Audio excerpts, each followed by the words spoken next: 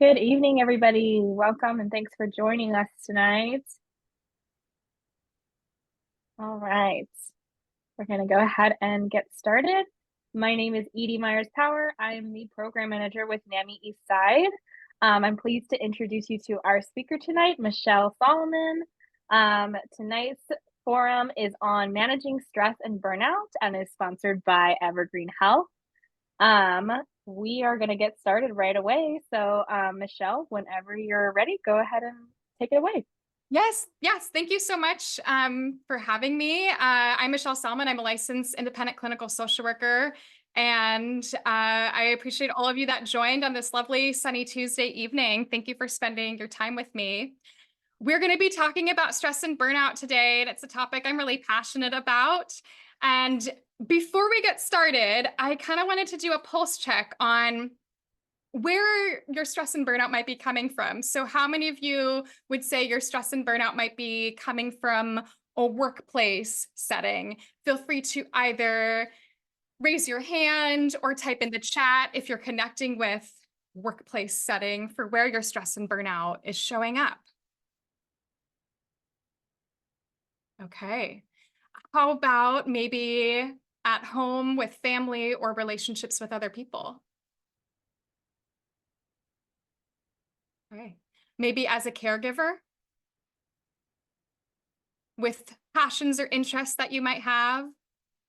Lots of different possibilities for where your stress and burnout might be coming from. Thank you for sharing. I see in the chat as well. Yep, caregiver, workplace, relationships, a lot of different areas. Stress can lead to burnout and vice versa. And if it's not addressed, it can be really negatively impactful on your well-being, quality of life, overall mental health. And so my hope by the end of today is that you can leave here feeling a little bit lighter and a little bit more hopeful to be able to better address your stress and burnout. Here's the agenda I have for today. And I really want this to be as interactive as possible. So there may be some questions I throw out to the group, kind of what I just did. So feel free to take yourself off mute if you feel comfortable sharing, participating in the group chat for things. I would love to hear from you. There'll be an opportunity for questions at the end, but if you feel something burning coming up or really relevant to what we're talking about, feel free to put it in the chat or raise your hand. We'll do our best to catch that. And if it's something that can be saved until the end, that is completely fine as well. All right, so we're going to get started with some objectives for tonight. Learning 2 to 3 ways to identify signs and symptoms of stress and burnout for yourself.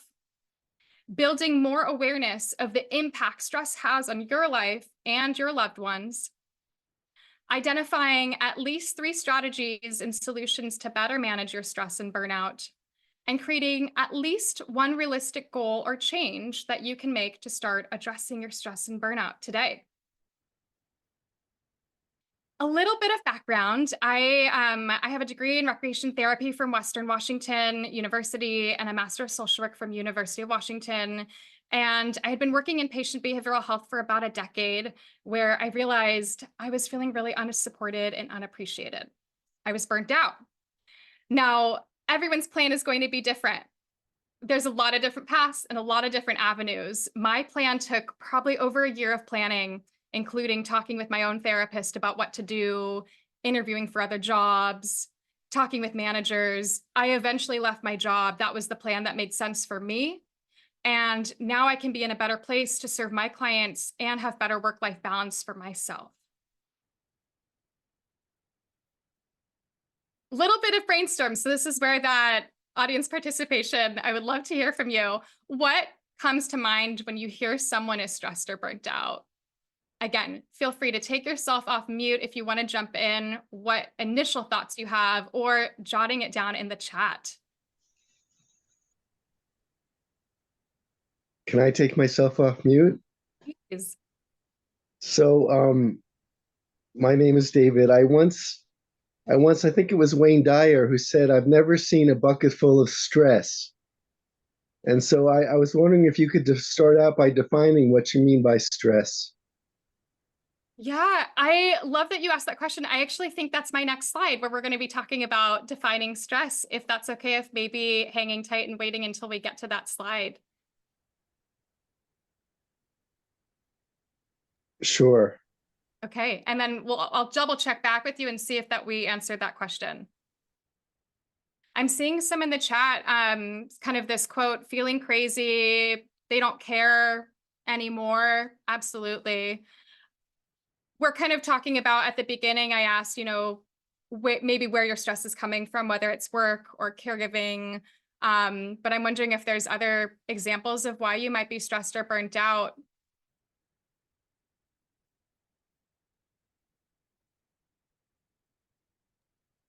I know I've felt stressed or burnt out from like putting my energy into too many different places all at one time. We're social life, work, family, all, not putting any energy into giving myself a break from all of the different things at once. Yes, we're stretched so thin as it is. How do we do everything and still be able to take care of ourselves at the end of the day? It's hard to give our all to everything, and then we're depleted at the end of the day. I'm seeing in the chat, trying to do too much for everyone and not having enough support. Hard to help a loved one that doesn't want to be helped. Very, very tough, especially if you're trying to support them and that help is not well received. Thank you for those that shared. So to get back to defining it a little bit, stress may look like feeling worried or anxious about a situation, event, or problem. And it's a lot about how we react when we're under pressure or threat. Now, stress can be a small thing like sitting in bad traffic or dealing with a conflict with a friend or coworker, or maybe there's just dirty dishes in the sink or the cleaning tasks are piling up. It could also be a series of things. Maybe you got really bad sleep last night, your alarm didn't go off, now you're late to work.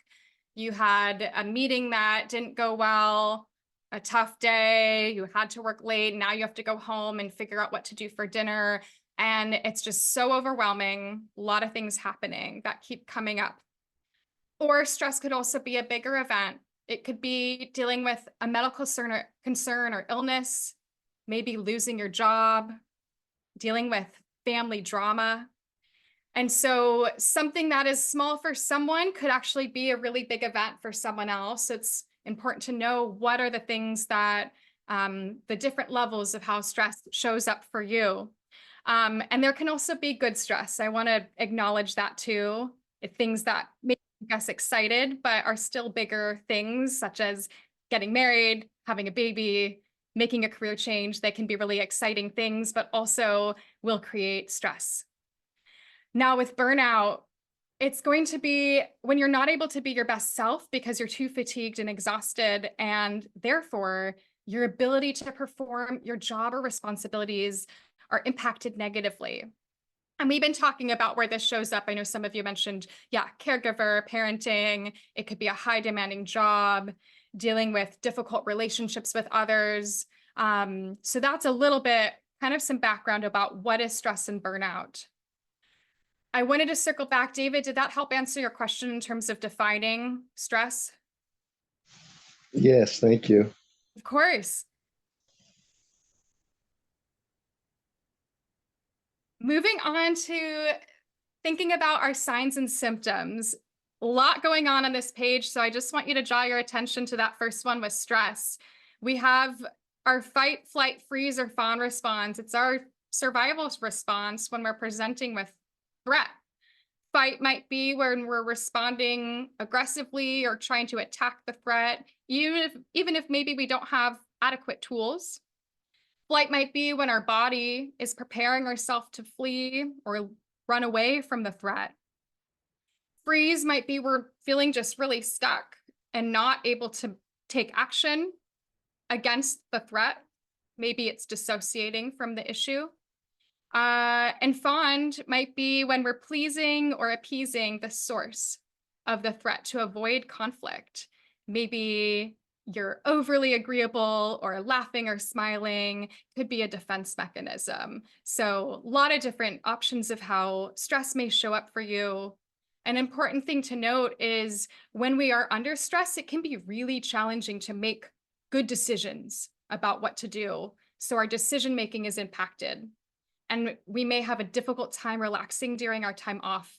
I want to ask you, whether jumping in the chat or kind of a show of hands, but how many of you maybe think when you're going to bed of all the responsibilities and all the to-do lists you have the next day, or all the things that you have coming up at work, and you're starting to feel stressed, so it's impacting your sleep, something you're thinking about at night?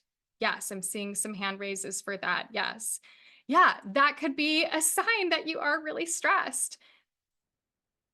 I want to hear from anyone that feels comfortable sharing. Stress is a lot about, and I'm seeing, yeah, thinking about on the car ride home. Exactly. It doesn't have to just be during sleep or right before bed, but it can show up in other ways when you're really thinking about it. The car ride home, you're clocked off. You're not working, so you're still thinking about it. So of course, this is a sign that you are really stressed. In terms of where it shows up in our body, stress is also a physiological response, whether it's headaches or shoulder pain or tightness in the stomach or heavy breathing. Where does it show up for you? Whether you type it in the chat or feel comfortable sharing, or maybe even just thinking it to yourself of like, where does it, when I am stressed, how do I know I am? What is my body telling me?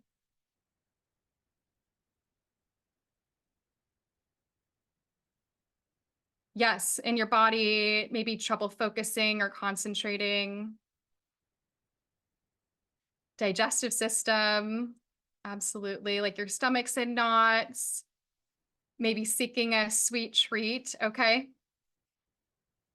Yeah, and it's helpful just to kind of be checking in with yourself about what that could look like. Maybe it's ruminating thoughts.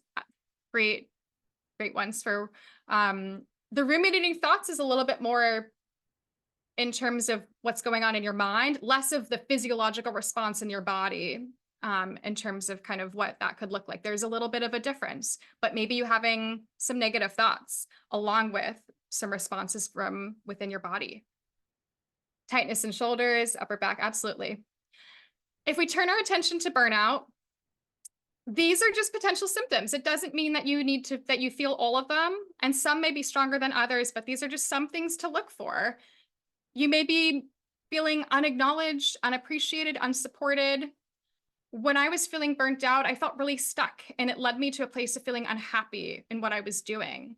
And it was really challenging because it was a role I was in that at one point I was really happy and loved what I was doing. And so it was very hard to then accept I'm no longer happy and fulfilled in this role and what I'm doing. I'm not able to accomplish these things.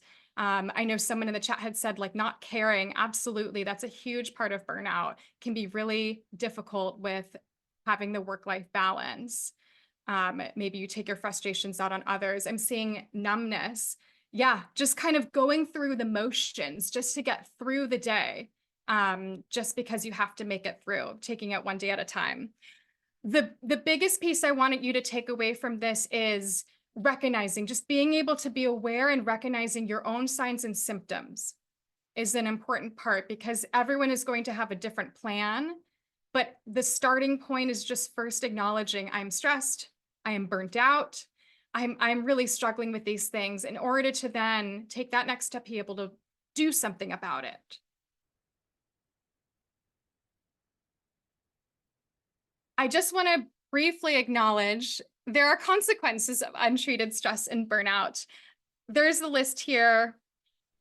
I would say this one in particular, the suicidal ideation one, is going to be the biggest in terms of keeping an eye on. If it is getting to a point where you're having some safety concerns, then certainly my recommendation would be to seek further level of care, whether you're going to the emergency room, trying to get into the hospital, seeking that. Maybe it's a crisis line if it's not that extreme, of course, looking into therapy. But that's certainly the one to keep an eye on. In terms of just other consequences of untreated stress and burnout, this could be used as a motivator to maybe make some change.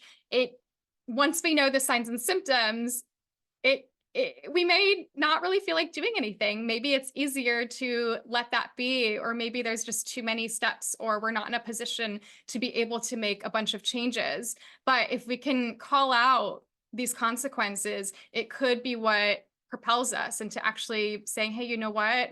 I think this isn't actually serving me. I think I need to do something more about this. Okay, now for the sort of fun part of this. I have 9 strategies and solutions here. These are things that have been helpful for me as well as my clients in terms of better managing stress and burnout. So I want to go through some of these, chat about some details a little bit more of what this could look like. And then maybe we could take a pause because this is so much information, and see if there's any questions. So I will say that this list, it is all easier said than done. These are a lot of different things going on. And so if we just start at the top with prioritizing needs and self-care, my suggestion for this one is if you can find just 5 minutes of time where you can create a break for yourself, get out for some fresh air, listen to a good song, maybe move your body, pet your animal, do that for the 5 minutes, and then list the benefits. Did you feel more relaxed or calm? Did it help you increase your energy? Did you feel happier doing that? And could that 5 minutes move to 10, move to 15? And could it then become more of a priority where you're doing it more regularly instead of just for 5 minutes? Now, on the other side of things, if you do that 5-minute activity and you're finding, I actually didn't get a lot of benefit from that, that wasn't super helpful, then that might be a good sign to switch it up and try something different so you can actually feel like you're getting something out of that time, because time is so precious. And so I'm only asking you to try for just 5 minutes and see if that helps.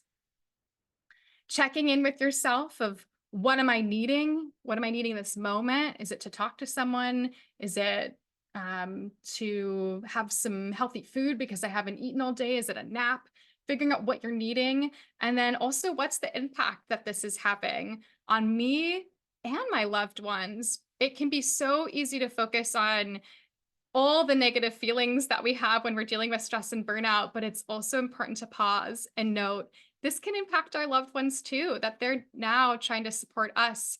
Maybe they're also feeling exhausted or having a hard time not knowing how to best support us, or worried that they want to spend time with you when you're off work. And that's really hard to do because you're so focused on how stressed and burnt out you are. So just again, clocking it, being aware, maybe having conversations about what that could look like.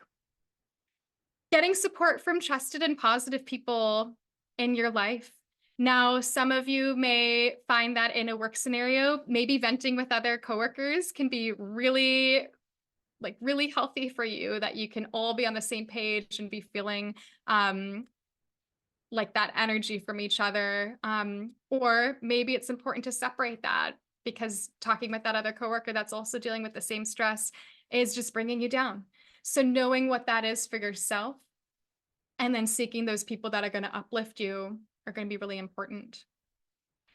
For setting boundaries with yourself and others, how many of you, again, chat, show of hands, however you want to participate, have maybe said something like, I'm not going to think about work on my time off. I'm not going to do it.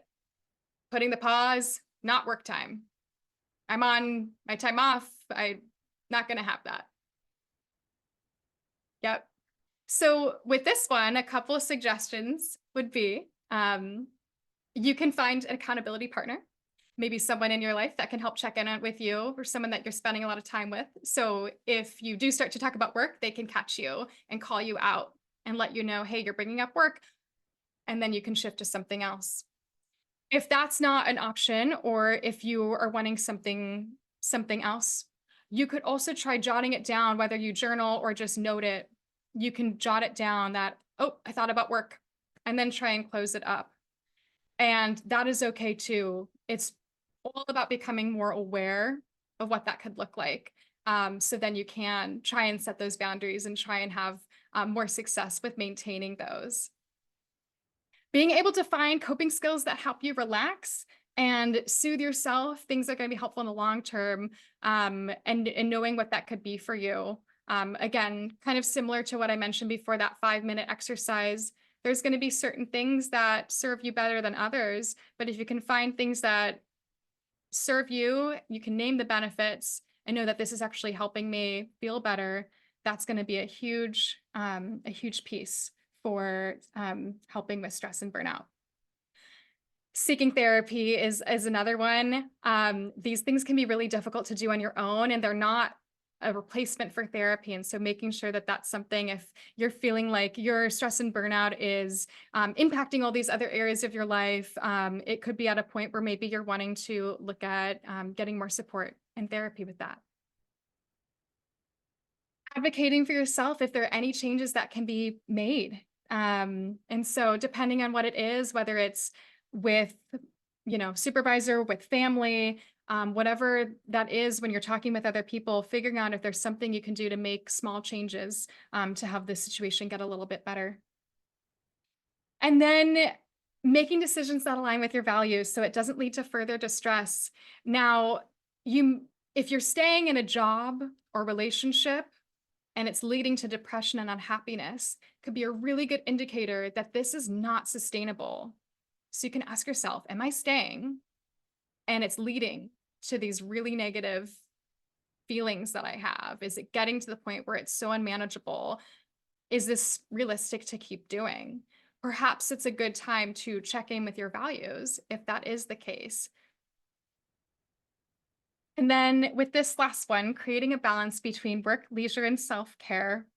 I have a little group exercise activity that we're going to do on the next slide, but I did want to pause here because there's so much that we've been talking about and so much on here. I just wanted to pause and see if anyone had any questions that I could help answer before we move on to the next piece.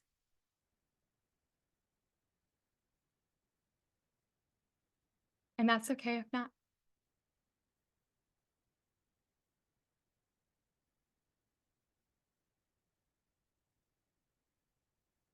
Okay, this is our group exercise. So I would love to have some participation in this. We're going to brainstorm. It's important to think about work. They're productive activities that are expected of us. Leisure is what we're doing for fun and relaxation, and self-care are activities that nurture our mind, body, and soul. And we may find ourselves leaning our time in one category more than the others.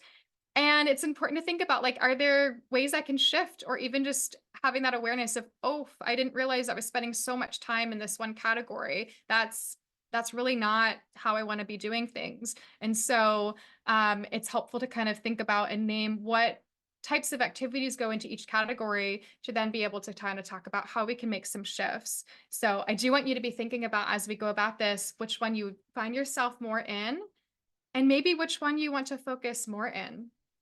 So let's just start with work. Again, chat, take yourself off mute. I would love to type in some things that come up for you when you're thinking about work-related productive activities that are expected of us. Yes, feel free to take yourself off mute. Appointments and paperwork. Appointments and paperwork, absolutely. Great. What else? Answering emails. Answering emails, okay. Since I'm retired, it would be taking care of grandkids. Okay. Great.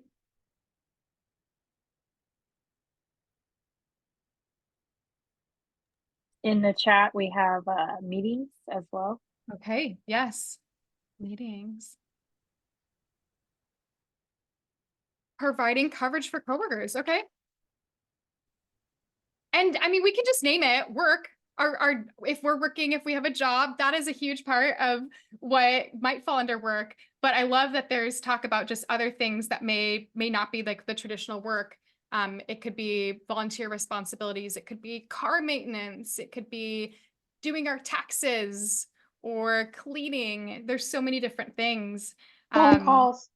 Phone calls. Also Okay. phone calls. I was about to say that. Someone put that in the chat. Okay, great. And I see reading materials. Okay. Let's move into leisure. It's a little bit more fun to talk about than work. What are we doing for fun and relaxation? Meditation.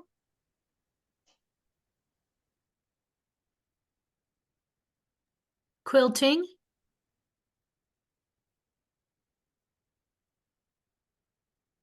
I see exercise. Let's see, time with friends. Excellent.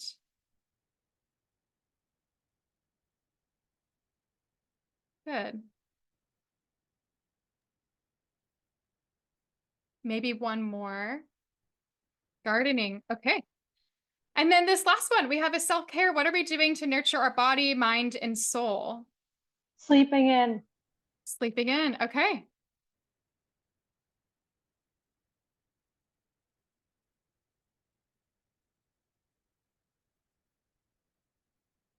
Oh, yes. Eating better. Yes. So like healthy eating, eating better. Maybe just trying to get 3 meals a day.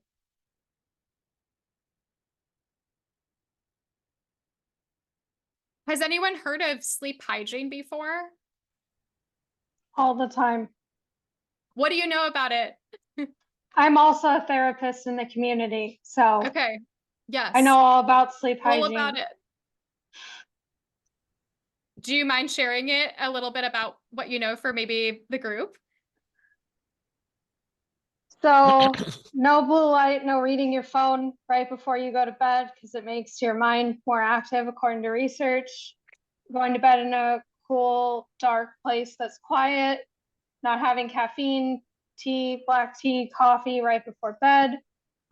Making sure you have a set routine every single night of when you go to bed. It can change for the weekends. Making sure it's consistent, making sure that if you're not forcing yourself to go to sleep, doing calming activities if you can't sleep, and just kind of setting yourself up for success. Fabulous. Yeah. Super important. It's just, yeah, a lot of those things and what you're kind of doing. I love the emphasis on routine. It's all about kind of what routine or what rituals you're doing before bed that can set you up for that success, for a good night's sleep for the next day, that you can have more energy and feel more well rested. Anything else that you're doing for self-care? I just met with somebody yesterday to review the WRAP, the Wellness Recovery Action Plan. I think some Yes. people on this call might be familiar with that. Excellent. And so just kind of maybe reviewing what you need to do, and if you're following things that are part of your plan for recovery, for wellness, for your mental health. Mm-hmm. Excellent. And I'm going to add therapy. That's another one that you might be doing for self-care, focusing on that. So let me ask you this. Which category do you typically find yourself in most of the time? Work.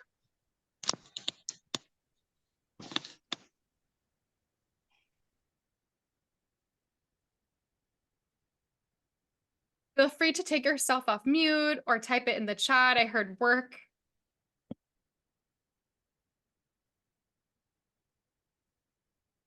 Some people in the chat saying in the work category. And again, it doesn't have to be the actual work. If you're not working at this time, maybe you're doing a lot of other things because there's always lots to do. Yep. Okay. So then if you're thinking about making that shift, which one do you want to focus a little bit more on? Which category do you think you want to pay more attention to? I know which one I'm supposed to, which is self-care, which I try to put into my workday, which I've been successful at so far in the mornings. Okay. So that's good. Successful in the mornings, but it doesn't necessarily stay with you throughout the rest of the day. Is that kind of the issue?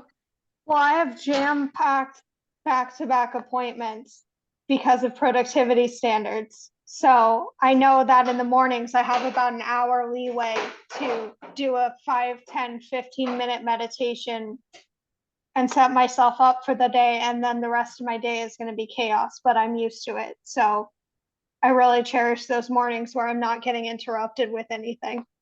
Yes. Yeah. So you're prioritizing your morning, knowing that that's the magic time to get in your meditation and focus in on that. That's great. I'm seeing some people in the chat with self-care. Yeah. And so also just kind of thinking about where you might be able to make small shifts for more leisure and self-care in your daily routine. What would the self-care be that some folks are saying that they want to spend more time in? What would that be for you? Is it a better sleep hygiene, better routine?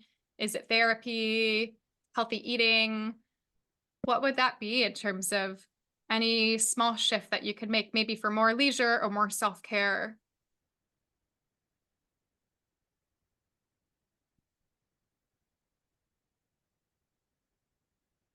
Getting to bed at an earlier time. Yes, always easier said than done.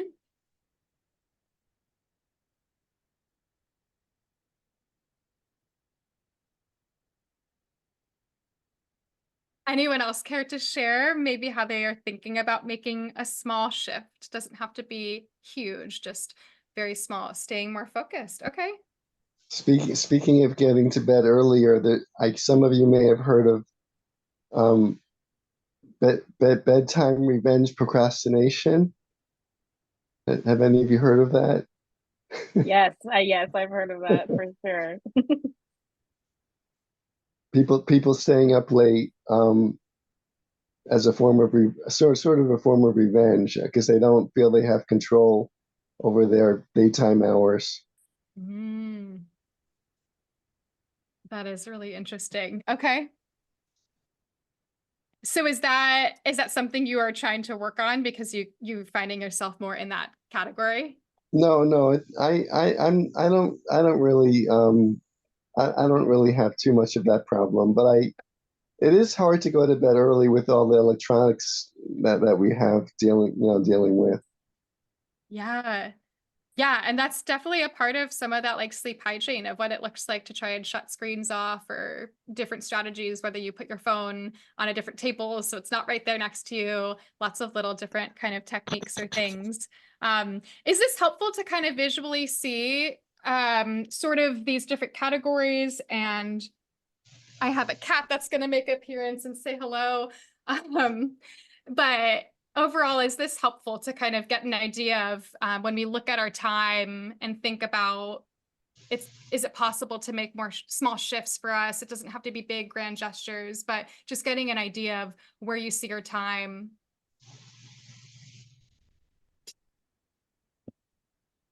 We can also think about it too as sort of a pie. I don't have a visual for that, but if we kind of think of balancing with each of these activities, having kind of like these three in thirds, if we're noticing the work is more on an uneven level, then how do we look at kind of shifting that? Yeah, Now I think we're kind of it's oh, I was sorry, Michelle. no, I was that's just gonna okay. That's say okay. it is. I think it really is helpful, and I think especially you framing it as you can make a small shift in your routine rather than a lot of times we're bombarded with all of this like you need to eat better and sleep better and do exercise Right. and do all of these things, but I really like that you're breaking it down to make one small shift to start and then you can build from there, and it feels a little less overwhelmingly like I need to fix my whole life right now, you know? Right. Yeah, I think even that's a good point. Like when we think about healthy eating or eating better, even that can feel really overwhelming. And so maybe it's, I have been missing breakfast because I just don't have time in the day. So my goal is just going to be eating breakfast. Maybe it's just starting off. Again, it can be really small, but that can make a huge difference in just getting your day going and getting that energy. So thinking of how to be a little bit more specific and then naming what exactly is that piece that you can do to do some of these different things in a manageable way. So if I have 10 phone calls that I need to call back or 10 appointments I need to, schedule or whatever that is, maybe I chunk my time and I just make 2 phone calls, or I give myself 15 minutes, and it can always increase if I can do more, but starting off with some smaller, more achievable goals can be really helpful. Thank you for bringing that up.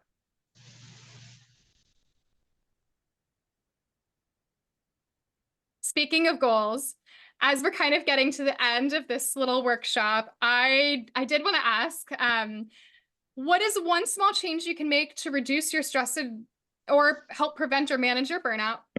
Or one takeaway from the presentation today. So whether you type it in the chat, if you want to take yourself off mute, sometimes even just verbalizing it out loud can help with that sort of commitment to a goal that you'd like to make or that you're maybe thinking about making.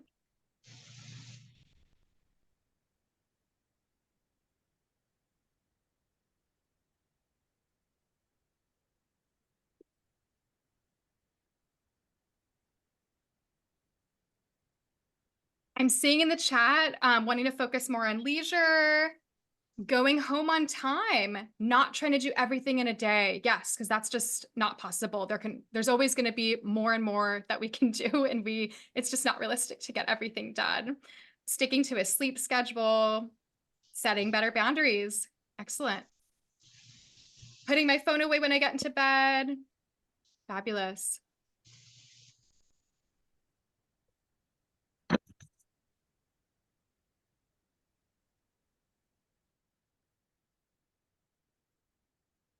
Alrighty, we are kind of approaching the end before our Q&A, and I just wanted to share a little bit about where to find me. I can be found at rootsofcompassiontherapy.com, or if you want to email me, Michelle@rootsofcompassiontherapy.com. If you or someone you know is looking for therapy, I specialize in working with stress and burnout, as well as bipolar disorder, or family members and caregivers who may be supporting a loved one with mental health, mental illness, or maybe in crisis. So those are kind of my specialty areas, as well as anxiety and depression. We can book a free consult on my website or by emailing me. Let's make sure we're a good fit, but I would love to hear from you.